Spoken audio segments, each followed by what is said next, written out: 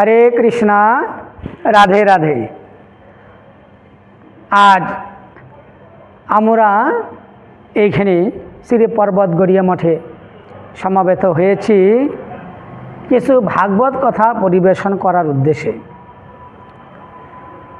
ইতিপূর্বে আমাদের কোনো এক বহিরাগত ভক্ত প্রশ্ন করেছিল যে বৃন্দাবনে যে চারজন মহাদেব রয়েছেন সে চারজন মহাদেবের নাম কি কি এবং তাদের মহিমা কি।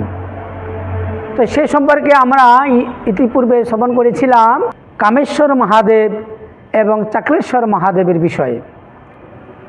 আজ আমরা শ্রবণ করব গোপেশ্বর মহাদেব এবং ভূতেশ্বর মহাদেব। এই গোপেশ্বর মহাদেব উনি রয়েছেন বৃন্দাবনে। আমরা জানি বৈষ্ণবানাং যথাশম্ভু, যত বৈষ্ণব রয়েছে তাহার মধ্যে সর্বশ্রেষ্ঠ হচ্ছেন আমাদের মহাদেব ভোলে বাবা। এদেরকে বলা হয় ক্ষেত্রপাল শিব, অর্থাৎ বৃন্দাবনকে এরা পাহারা দিচ্ছেন। কে? এই চারজন মহাদেব। কাম্যবনে কামেশ্বর মহাদেব, এবং গোবর্ধনে হচ্ছে চাকলেশ্বর মহাদেব, এবং মথুরাতে ভূতেশ্বর মহাদেব, এবং বৃন্দাবনে গোপেশ্বর মহাদেব। তো আমরা কাম্যবনে যে কামেশ্বর মহাদেবের কথা শ্রবণ করেছি এবং গোবর্ধনে যে চাকলেশ্বর মহাদেব সে তার কথাও আমরা শ্রবণ করেছি। আজ আমরা বিশেষভাবে শ্রবণ করব বৃন্দাবনে যে গোপেশ্বর মহাদেব সে মহাদেবের বিষয়। বৃন্দাবনে এই গোপেশ্বর মহাদেব কেন আসলো? তো ভগবান দাপর যুগে রাস করছিলেন বংশীবটে। কেশিঘাট বংশীবট দ্বাদশ কানন যাহা সব লীলা কইল শ্রীনন্দনন্দন। সেই বংশীবটে যত গোপী তত কৃষ্ণ রাস করছিলেন কার্তিক মাসে বা অঘ্রাণ মাসে। বিশাল যত গোপী তত কৃষ্ণ হয়ে রাস করছেন। আর সে রাসে আনন্দে গোপীগণ এবং ভগবান শ্রীকৃষ্ণ এত আনন্দ উপভোগ করছেন তা বর্ণনা করা অসম্ভব। খুব আনন্দ হচ্ছে। এইভাবে আনন্দ করতে করতে হঠাৎ যেন তাদের আনন্দটা একটু ডাউনের দিকে যাচ্ছে। কেন? শিব ঠাকুর পার্বতীকে বলছেন, হে পার্বতী, ভগবান প্রতি বৎসর এই কার্তিক মাসে বা অঘ্রাণ মাসে রাস করেন, কিন্তু আমার কোনো বছরে ভাগ্য হয় না দর্শন করার। তো আমার ইচ্ছা হলো আমি ভগবানের রাস দর্শন করতে যাব, তো আমাকে সুন্দর করে একটু সাজিয়ে দাও। তো পার্বতী মহাদেবকে সাজিয়ে দিচ্ছেন কিভাবে জানেন? শিব ঠাকুরের পরনে দিয়েছে বেঘাম্বর, অর্থাৎ বাঘের চামড়া পরে দিয়েছে, আর সারা শরীরে ভস্ম মাখিয়ে দিয়েছে, গলাতে রুদ্রাক্ষের মালা এবং মানুষের মাথার মুন্ডু অর্থাৎ শুধু মাথার ফুলিটা মালা পরে দিয়েছে, এবং ঊর্ধ্বপুণ্ড সারা মাথাতে একদম জটা ধারণ করে এবার পার্বতী বলছে তোমার সাজগোজ রেডি, এবার তুমি যেতে পারো। তো পার্বতী দেখলো, মহাদেব দেখছে, বাহ খুব সুন্দর লাগছে আমাকে। এইভাবে করে উনি যাচ্ছিলেন আমার প্রাণবল্লভ ভগবানের রাজ দর্শন করতেই। ওইদিকে তো এরা গোপীরা খুব আনন্দ করছে, কিন্তু যেমনি মহাদেব ওই বংশীবটের কাছাকাছি পৌঁছালেন এবং গোপীগণের দৃষ্টি অর্থাৎ চোখ যখন মহাদেবের চোখে পড়ল, তখন তাদের আনন্দটা আর ডাউন হয়ে গেল, আনন্দ পাচ্ছে না। ভগবান শ্রীকৃষ্ণ চিন্তা করছে গোপীগণ এতক্ষণ এত আনন্দ করছে, নাচানাচি করছে, কিন্তু এখন তারা কেন যেন ক্লান্ত হয়ে পড়ছে, কি ব্যাপার? তখন গোপীগণকে বলছেন, প্রভু এই সখীগণ, তোমরা আনন্দ কেন পাচ্ছ না? আগের মতন তোমরা নৃত্য কেন করছো না? তখন সখীগণ বলছেন, প্রভু আমরা আনন্দ পাবো কোথায়? ওই তো ভোলে বাবা এসে গেছে, তো ওনার সামনে তো আমরা আনন্দ করতে পারছি না। শিব ঠাকুর গিয়ে ভগবান পিছন থেকে তাকে দেখলো, দেখো ওই শিব ঠাকুর পিছনে দাঁড়িয়ে ভগবানের রাস দর্শন করছে। ভগবান তখন রাস বন্ধ করে দিলেন। বন্ধ করে দিয়ে শিবের কাছে গেলেন, হে মহাদেব আপনি কিসের জন্য এখানে এসছেন? বলছে, প্রভু আমার ইচ্ছা হয়েছে আপনার একটু রাস দর্শন করব, কিন্তু আমিও আসলাম, আপনাদের রাস সমাপ্ত হয়ে গেল, আমার আর রাস দর্শন হলো না। তখন ভগবান বলছেন, হে মহাদেব আপনি যেই রূপে এসেছেন এখানে, এই রূপে আপনি আমার রাস দর্শন করতে পারবেন না। কারণ বৃন্দাবন ধাম হচ্ছে চিন্ময় ধাম, এটা মাধুর্যের জায়গা, এখানে ঐশ্বর্যের কোনো জায়গা নেই। বৃন্দাবনে আমরা যদি টাকার গরমে, পয়সার গরমে যদি আমরা বৃন্দাবনে যাই, তাহলে আমাদের সঠিক বৃন্দাবন দর্শন হবে না। দেখা হবে, ঘোরা হবে, টাকার গরমে এসি ভাড়া, এসি গাড়ি করে ঘুরবো, প্রাইভেট গাড়ি করে ঘুরবো, এটুকুই হবে, কিন্তু কোনো অরিজিনাল বা বৃন্দাবন দর্শন সাকসেসফুল হবে না। তো আপনি এইভাবে এসছেন, এই বেঘাম্বর পরে, এটা তো আর বৃন্দাবনের জায়গা নয়, বৃন্দাবনের বসন এটা নয়। তারপরে ঊর্ধ্বপুণ্ড লাগিয়ে এসছেন, একেবারে মাথার মধ্যে জট, তারপরে সারা শরীরে ভস্য। এরা কারা কোথায় থাকে? এই ধরনের লোক শ্মশানে থাকে। আর আপনি আছেন ওই অবস্থায় রাস দর্শন করতে। ওই সখীগন্ধ দেখেই আপনাকে দেখে ভয় পাচ্ছে, তো আনন্দ করবে কোথায়? তাহলে প্রভু আমার কি রাস দর্শন হবে না? ভগবান বলছেন, হবে না কেন? হবে, কিন্তু এই বেশে রাস দর্শন হবে না। তুমি চলে যাও বাড়িতে, বাড়িতে গিয়ে তুমি গোপী ভাব অবলম্বন করে আসো, তাহলেই তোমার রাস দর্শন হবে। ভগবানের এই কথা শুনে মনের দুঃখে শিব ঠাকুর চলে গেলেন কোথায়? নিজের বাড়ি কৈলাসে।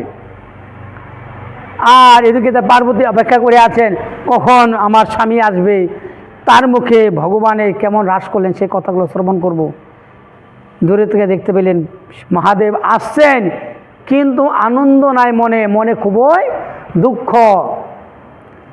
যেমনি পার্বতীর কাছে এলেন মহাদেব, পার্বতী জিজ্ঞাসা করলেন, হে স্বামী আপনার মনে এত দুঃখ কেন? আপনি গেছেন রাস দর্শন করতে, আপনার আনন্দ হওয়ার কথা, কিন্তু আপনার মনে দেখে খুব দুঃখ, ক্লান্ত, কি ব্যাপার? আপনার কি রাস দর্শন হয়নি? তদুত্তরে শিব ঠাকুর বলছেন, হে পার্বতী আমার রাস দর্শন হলো না। কেন? ভগবান বলছেন যে এই বেশে নাকি ভগবানের রাস দর্শন করা যাবে না। কেন? এই নয় নাকি ঐশ্বর্যের জায়গা, ঐশ্বর্যের পোশাক, তামসিক গুণের পোশাক এগুলো। তো আমাকে সাত্ত্বিকভাবে যেতে হবে, অর্থাৎ গোপী ভাব অবলম্বন করে যেতে হবে, অর্থাৎ গোপী সেজে আমাকে যেতে হবে। অর্থাৎ গোপী শব্দের অর্থ হলো না ছেলে না মেয়ে। এখানে গোপী শব্দের অর্থ হচ্ছে ভগবানের দাসত্ব স্বীকার করা, ভগবানের সেবক হয়ে যাওয়া, নামই হলো গোপী ভাব।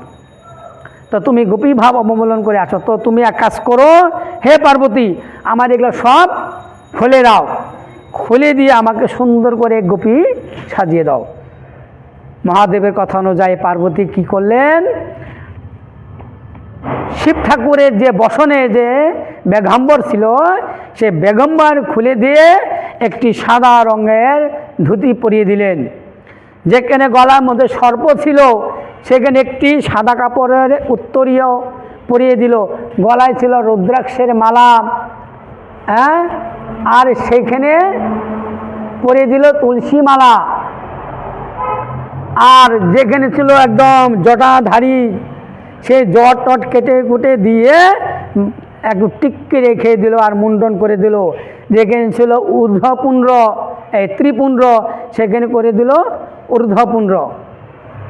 আর হাতে ছিল ত্রিশূল, ডমরু, এগুলো সব সরে দিয়ে হাতের মধ্যে একটি হরিনামের মালার ঝোলা ধরে দিল।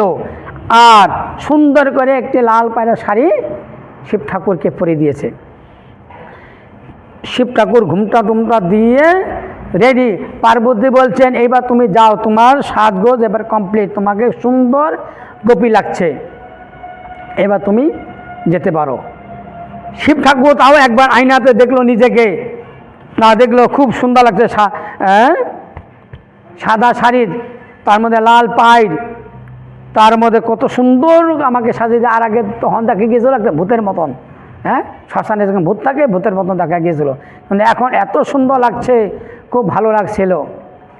তো শিব ঠাকুর মনের আনন্দে সেই বংশীবটে গেলেন। যেমনি বংশীবটের চত্বরে শিব ঠাকুর পৌঁছালেন, পৌঁছানো মাত্রই ওই সখীগণের বা ভগবানের বা ওই গোপীগণের যতটুকু আনন্দ ছিল তার 3 গুণ আনন্দ আরও বেড়ে গেল। তখন এত জোরে আনন্দ বা নৃত্য করতে লাগলো, তারা খুবই মনে খুবই আনন্দ পেতে লাগলো। আর ভগবান ওই শিব ঠাকুরকে বলছেন, হে গোপীগণের ঈশ্বর, হে মহাদেব, আপনি এখন হচ্ছেন গোপীগণের ঈশ্বর, আসুন আসুন আসুন। এই যে ভগবান বলছেন তুমি গোপীগণের ঈশ্বর, এই জন্য ওই শিব ঠাকুরের নাম হয়ে গেল গোপেশ্বর মহাদেব। বলো গোপেশ্বর মহাদেব কি যায়। এইভাবে গোপেশ্বর মহাদেব রাজ দর্শন করছেন। রাজ দর্শন করার পরে শিব ঠাকুর তো এখন চলে যাবেন, তখন ভগবানকে বলছেন, হে প্রভু আমাকে আশীর্বাদ করুন যেন এইভাবেই আমি আপনার রাজ দর্শন করতে পারি। ভগবান বলছেন ঠিক আছে, তথাস্তু তাই হবে। তো আদৌ ভগবানের রাজ দর্শন করার জন্য বংশীবটে এক কোণায় শিব ঠাকুর নারী রূপ অর্থাৎ গোপী রূপ ধারণ করে হাত জোর করে ভগবানের রাস দর্শন করছে। আপনারা যদি বৃন্দাবনে যাবেন বা যান তাহলে বংশীবটে দেখতে পারবেন এক কোণে শিব ঠাকুর হাত জোর করে ভগবানের রাস দর্শন করছে। এইভাবে করে গোপেশ্বর মহাদেব বৃন্দাবনে আবির্ভূত হলো। এখন হলো আমাদের ভূতেশ্বর মহাদেব। এই ভূতেশ্বর মহাদেব কেন বলা হয়? ভূত শব্দের অর্থ অনেক। ভূত মানে জীব, ভূত মানে প্রেত বা শ্মশানে যারা থাকে ভূত কয়, আর ভূত মানে সাধারণ মানুষ অর্থাৎ জীব, অর্থাৎ জীবগণের ঈশ্বর তিনি হলেন ভূতেশ্বর। আর শ্মশানে যারা থাকে ওটা ভূত প্রেত, তাদেরও আরাধ্য দেব হচ্ছেন মহাদেব। এই জন্য তাকে বলা হয় ভূতেশ্বর মহাদেব। যত ভূত প্রেত আছে, নাকিনি ডুকিনি জাকিনি যত আছে, এদের মালিক হচ্ছেন মহাদেব। এই জন্য তাকে বলা হয় ভূতেশ্বর মহাদেব। সেই ভূতেশ্বর মহাদেবের দায়িত্ব রয়েছে মথুরার ভূতেশ্বর বলে একটি জায়গা রয়েছে, সেই জায়গাতে ওনার মন্দির আছে। উনি ওইখান থেকে যাতে মথুরাতে বৃন্দাবনে কোনো দুষ্ট লোক প্রবেশ করতে না পারে, তা দুষ্ট লোক বলতে যারা বৃন্দাবনকে নোংরা করে অপবিত্র করে, এই ধরনের লোক যাতে প্রবেশ করতে না পারে, এই জন্য মহাদেব ওইখানটায় উনি অবস্থান করছেন, ভগবানের সেবা করছেন। বলো ভূতেশ্বর মহাদেব কি জয়। রাধে রাধে।